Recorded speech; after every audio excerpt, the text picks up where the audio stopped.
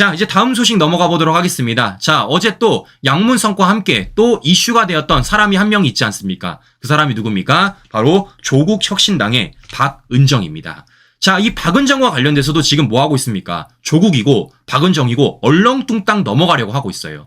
얼렁뚱땅 넘어가려고. 왜냐? 실제 박은정이가 비례 1번이잖아요. 지금 조국혁신당 비례 지지에 따르면 박은정은요, 며칠 후면은 배지달 가능성이 매우 높다라는 겁니다. 그러니까 어떻게든 이것을 양문석처럼 시간 끌어보고 그 시간 속에서 버텨가지고 배지 달아보겠다는 거 아니겠습니까? 저는 그렇기 때문이라도 더 파고들어야 된다고 생각이 들었고 이것을 좀 더 파고들어 봤습니다. 자, 그랬더니 정말 어마어마한 것들이 더 많이 나오더라고요. 자, 어떤 것들이 나왔는지 지금부터 우리 시청자 여러분들에게 하나하나 전달드리도록 하겠습니다. 자, 어제죠. 자, 지금 논란이 된 게 뭐겠습니까? 조국당 비례 1번 박은정이가 10달 만에 재산이 41억이 증가가 되었다라는 거예요. 그래서 제가 뭐라고 말씀드렸습니까? 실제 남편 재산이 어마어마하게 늘었다라는 거예요. 왜입니까? 변호사 개업 후에 예금이 32억이 늘었기 때문이다 라고 제가 말씀을 드렸습니다. 자, 그런데 그러면 도대체 어떤 변호를 했길래 이렇게 재산이 늘 수 있을까 라고 알아봤더니 어떤 걸 늘었다라는 겁니까? 1조 원대 다단기 사기 22억을 받고 업체 변호를 해줬다라는 겁니다. 자, 이것뿐입니까? 모두 나왔어요. 2조 8천억 코인 사기도 박은정 남편이 변호를 했다라는 겁니다. 참고로 말씀드리면 이 다단계 피해는요 10만 명이 피해를 받고요. 이 코인 사기는요 5만 명이 피해를 받습니다. 도합 15만 명입니다. 즉 우리 국민 15만 명을 피눈물 나게 만들었던 그 범죄자들을 지금 박은정의 남편이 거액의 수임료를 받고 변호했다라는 걸 우리가 확인해 볼 수 있어요. 자, 그래서 제가 이게 어떤 사건인지가 너무 궁금하더라고요. 찾아봤더니 어떤 사건이냐. 첫 번째 다단계 사건이 뭐냐면요. 바로 이거예요. 휴스템 코리아. 실제 대표가 기소가 됐습니다. 이 사건을 지금 박은정 남편이 뭡니까? 수임했던 겁니다. 더 나아가서 아까 코인 사기는요. 바로 이거예요. V글로벌 2조 원대 가상화폐 사기. 실제 이 대표 지금 징역 22년 선고받았습니다. 자, 그런데 더 충격적인 건 무엇이냐면요. 바로 이런 거예요. 지금 2조 원대 코인 사기 V글로벌 대표가 징역 22년의 선고를 받았습니다. 그리고 이와 관련돼서 박은정의 남편이 뭐 했다고요? 변호를 했다고요. 그런데 이 박은정의 변호했던 사람이 이 사람뿐만이 아니라 누구를 변호를 했었냐? 이 코인 사기범 63억의 횡령범을 변호를 했다라는 겁니다. 그러니까 지금 2조 원대 코인 사기와 관련돼서 변호를 맡는 과정에서 이 코인 사기 범죄자 중에 63억 횡령범을 변호를 했다라는 거예요. 더 열받는 게 무엇이냐면요. 실제 이 63억 횡령범 작년 12월 달에 석방됐답니다. 신규 여러분. 보석 석방됐대요. 박은정의 남편이 변호사 맡았고 그로 인해서 이 코인 사기 63억 횡령범이 실제 작년 12월 달에 보석 석방됐다라는 겁니다. 야, 그러면 앞서 말씀드린 대로 이 코인 사기 피해자 5만 명은 어떤 생각을 해야 되는 겁니까? 네? 이 5만 명은.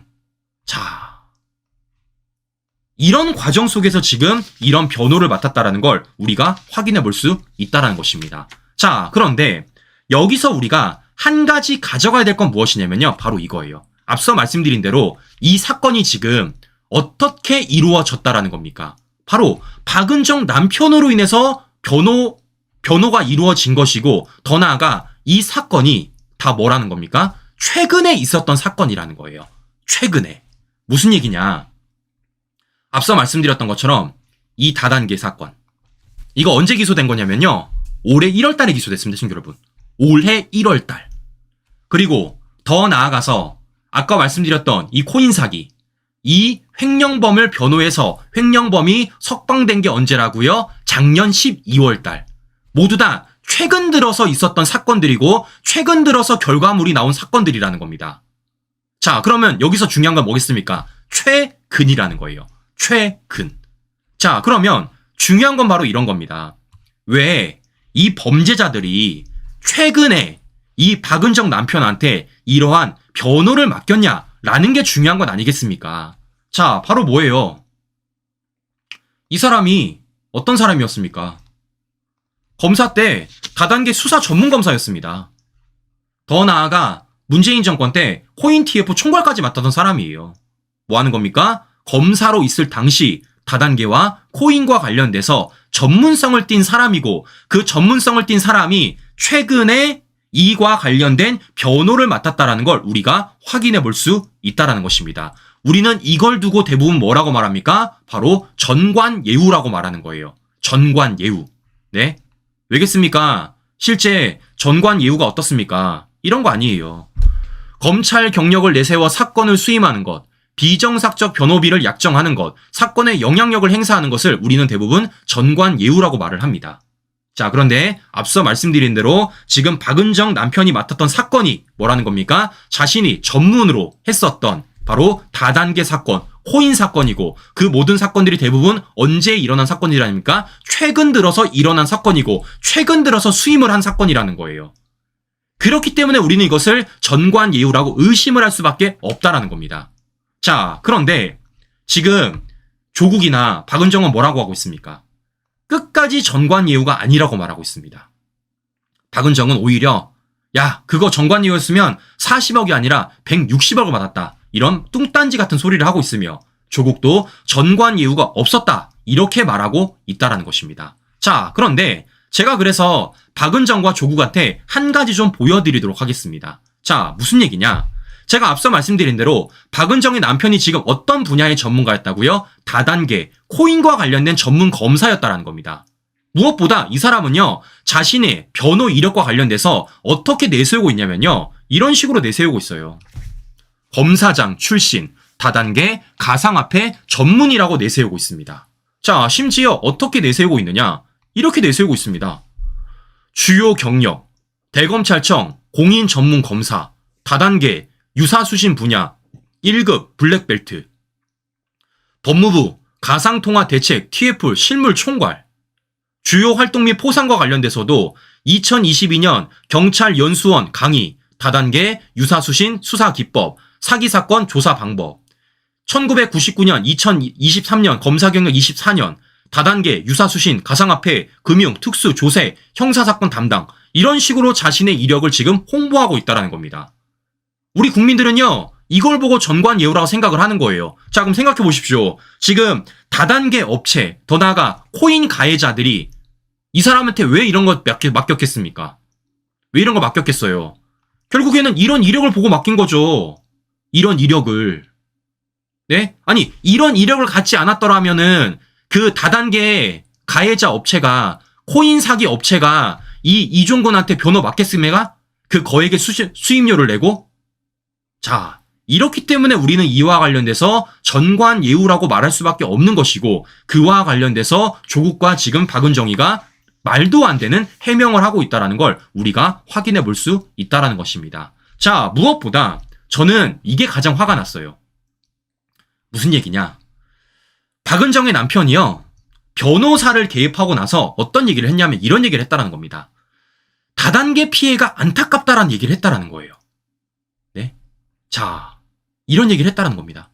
피해를 당한 분의 사연이 너무 안타깝다. 이런 얘기를 했다는 거예요. 그럼 저는 물어볼게요. 피해를 당한 분의 사연이 안타깝고 그 피해가 안타까운 사람이 어떻게 1조 원대 다단계 사업의 업체의 변호를 맡을 수 있습니까?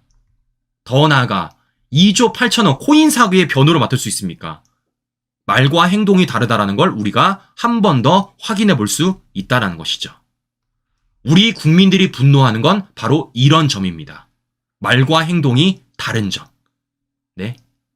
겉으로는 피해자들을 옹호해주고 피해자들을 대변하는 것처럼 얘기하지만 실제로는 뭐하고 있습니까? 피해자들의 피눈물을 흘리게 하는 이 조국 혁신당의 모습을 우리가 확인해 볼 수 있다는 것이에요. 그야말로 언행 불일치인 거죠. 여기에 우리 국민들이 화가 나고 있는데 그와 관련돼서 뭐하고 있습니까? 박은정이는 전관예우가 아니다. 그랬으면 160억이다. 라는 기름을 붓고 있는 말을 하고 있고 조국도 뻔뻔스럽게 전관예우가 없었다라는 얘기를 하고 있다는 겁니다. 자, 과연 이와 관련돼서 우리 국민들이 어떤 판단을 낼지 저는 너무 궁금한데요. 자, 무엇보다 조국 뭐라 그랬습니까? 작년에 전관예우가 아니라 전관범죄라면서요. 자, 조국이 작년에 자신이 연 북콘서트에서 어떤 얘기를 하는지 직접 들려드리고 방송 또 이어가 보도록 하겠습니다. 전관 예우 이런 말 많이 돌지 않습니까? 사실은 그 정관 예우가 아니라 정확한 얘기는 정관 범죄고 정관 비리거든요. 예우라는 게 말이 안 되는 얘기입니다. 그래서 그 검찰이든 법안이든 고위직 전관을 수임을 하게 되면 비용이 엄청납니다. 과거 노무현 대통령 수사했던 그 모 검사 같은 경우에 있어서는 퇴임하고 난 뒤에 1년 만에 거의 100억을 번 걸로 제 기억이 납니다. 통상의 변호사는 꿈도 꾸지 못하는 것이죠. 그러면 그게 수임을 정식으로 해서 계약서를 써서 수임료를 받는 또 예우가 있고 정관 비리가 있고. 자, 우리가 또 한 번 조로남불을 느낄 수가 있다라는 것입니다. 네, 조로남불. 작년에는 전관 예우가 아니라 전관 범죄라고 말했던 조국이 이제 와서는 뭐하고 있습니까? 자신, 조국 혁신당에 불러지고 있는 그 논란에 대해서는 전관 범죄도 아니고 전관 예우도 아니다라는 조로남불을 우리가 한 번 더 확인해 볼 수 있다는 것이에요. 저는 개인적으로 그래서 말씀을 드린 것인 여러분, 정말 최소한 우리가 이번 총선에 있어서 최소한 언행 일치되는 사람 좀 우리가 국회에 좀 넣자. 네, 언행 일치되는 사람들. 정말 언행 불일치하면서 자신의 출세, 자신의 방탄만을 위해서 가는 국회의원들이 아니라 정말 국민들을 위해서 언행 일치하는 이런 정치인들이 우리가 국회에 좀 더 진출할 수 있도록 도와줘야 되지 않을까라는 말씀 우리 시청자 여러분들에게 다시 한번 드려보면서 오늘 방송 마무리하도록 하겠습니다. 네, 오늘 주말입니다. 행복한 주말 보내시고요. 전 다음 방송에 다시 뵙도록 하겠습니다. 오늘도 긴 시간 끝까지 시청자 여러분 감사합니다.